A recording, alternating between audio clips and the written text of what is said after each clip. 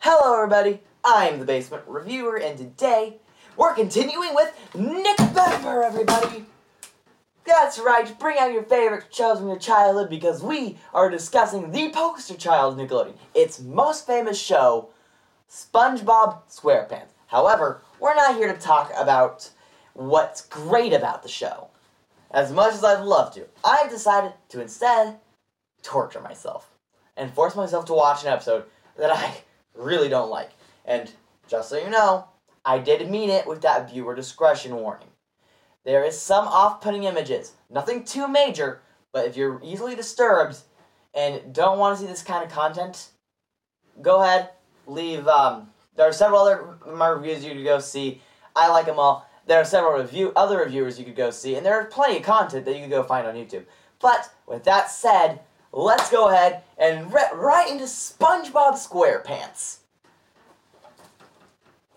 This episode, in particular, starts in a very normal way, with Squidward dreaming about being a big star, and it's going to become quite clear to anyone who's seen enough of this show that this is going to be one of those episodes. Now, what do I mean by one of those episodes? This is going to be an episode that continually tortures Squidward for no reason. Squidward doesn't do anything really heinous in this episode. He complains about work a little bit, yes, but other than that, he doesn't do anything that harms anyone. He just has some dreams. And it comes off as the world just goes against Squidward because he's Squidward. And it's not very funny. In fact, there are several moments here where their slapstick humor just gets very uncomfortable. That's really all there is to say about that part of the episode.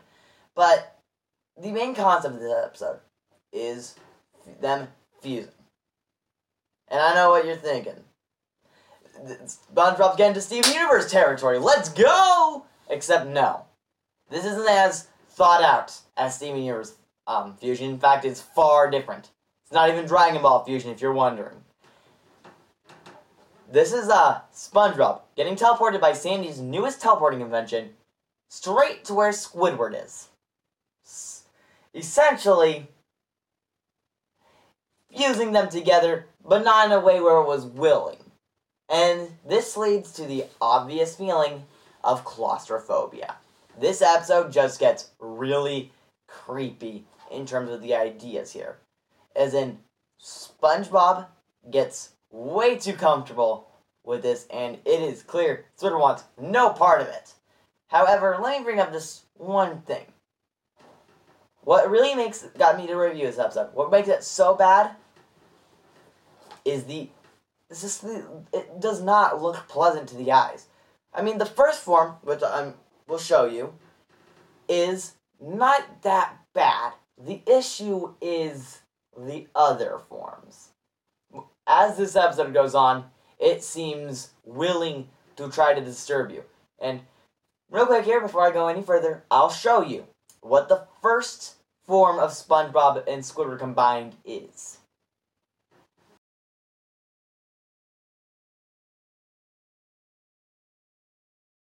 In this episode, one of the major problems continuously that's going to be a problem throughout this entire episode, and it's a problem in many episodes, is a sense of claustrophobia you get from SpongeBob's antics with Squidward. It feels like Squidward has no space, and that SpongeBob's just kind of there everywhere, wherever Squidward is.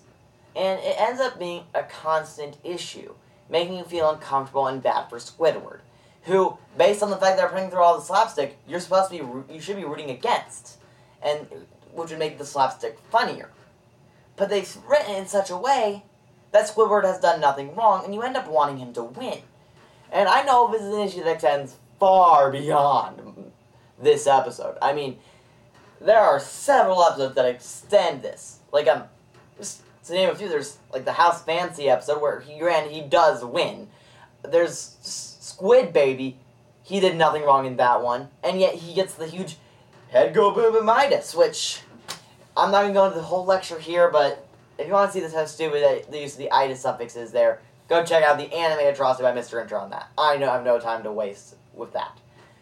But what's going to end up happening in this episode here is Sandy starts sending them other places because she says it might get them unseparated. Keep in mind, this was all Sandy's fault, because she decided that she would let SpongeBob test it.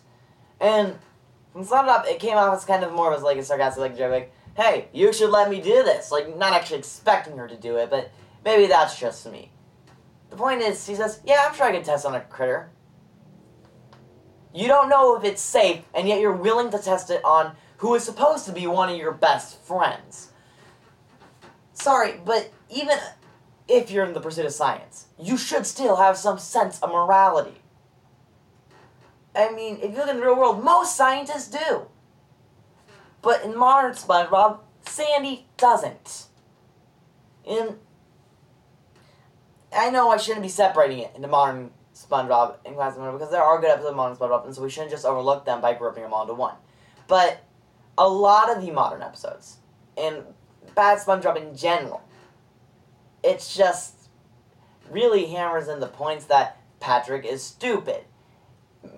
Sandy likes science. Squidward gets tortured all the time, and they forget that what happens in one episode does not necessarily carry over to the next. That's the kind of show they've built. And now with all this flanderization and character changes, it just doesn't work. But in terms of this episode, where it's going to become the most problem is Sandy teleporting them gives the writers and animators plenty of time to send us disturbing imagery to another. And this isn't the worst of it. But here, during this one scene, let me show you all the creepy images of Squidward and SpongeBob fused that we get. And I mean, this isn't all of them, but these are the main ones. There's like other angles that you get to see in the episode. It's just a whole mess. But let me tell you, this is what I meant for the viewer discretion. And there's one scene later that really is going to hammer that point in.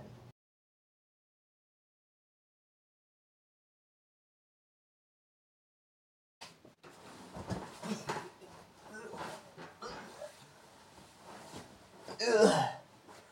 Ugh. That is... Ugh.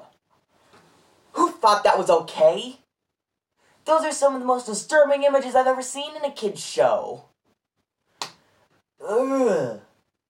I mean, maybe I should calm down. They're not the worst things ever. But no one wants to see a halfway through evolution SpongeBob Squidward Pokemon mix. No one wants to see that. I mean, who ever thought that was a good idea? But we gotta finish this episode. I'm gonna enjoy this Nickvember, and I'm not gonna let it kill me. Not this time. Nope. Maybe it'll kill me. Who knows? But the episode continues, and Sandy states that maybe she will be able to get it done by tomorrow night. And this is a big deal because tomorrow night is when Squidward's clarinet recital is. And so he has to do it with SpongeBob fused to him. And all sorts of hijinks ensue, including, most importantly, Squidward getting booed when they see it as just him, but once it's revealed that he's fused with SpongeBob, everyone cheers. Which, I mean, it's kind of like, it's like the Free Nagers, so they're like all like, oh, wow, that's kind of amazing that thing exists. But it comes out as insulting because Squidward's like enjoying this, but it's not for his actual musicianship. So it's like a very hollow style of cheer for Squidward. But either way, he's enjoying himself. So that's all that matters, right? But then Sandy comes in and defuses them when Squidward decided that he kind of wants to stay fused because now he's successful. Now he's popular. And they get unfused, and Squidward is very, very upset about that. And starts playing, but he starts playing his clarinet regularly anyway. And the crowd starts booing, except for, this is one part I do like. SpongeBob starts cheering him, and it does come off as him being a genuine friend. And so I can respect that. However, Squidward then tries to grab Sandy's, for lack of a better term, diffuser, and refuse him and SpongeBob, but ends up creating the most disturbing image in this entire episode. When him, SpongeBob, Mrs. Puff, Mr. Krabs, Pearl, Sandy, a whole bunch of people all fused together for one joke that really turns your stomach.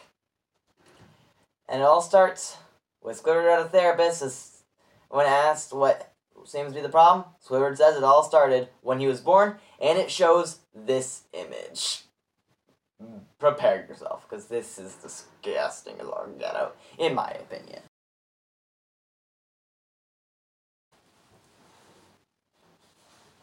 So, what do you think of that?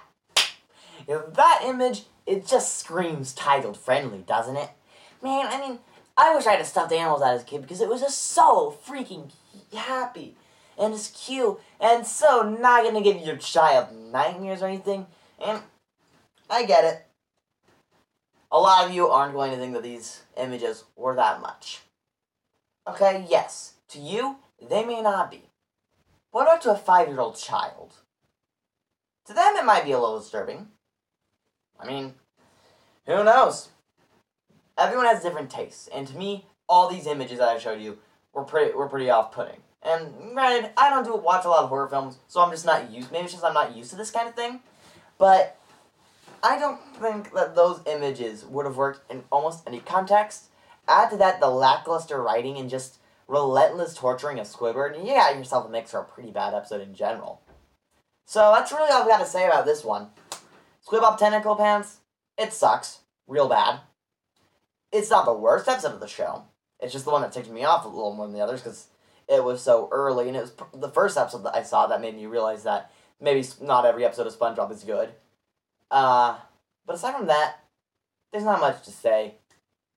As for this one, I hope you enjoyed this installment in Nickvember because, oh boy, I've got a couple more coming. I'm not done yet. I've just begun. I want to get another review out this week. I'll probably have my thoughts on episode, and we will be ending this one on something big, I can guarantee you. So, with that said, I'm the Basement Reviewer. I'll see you in the next review. But until then, have an excellent day.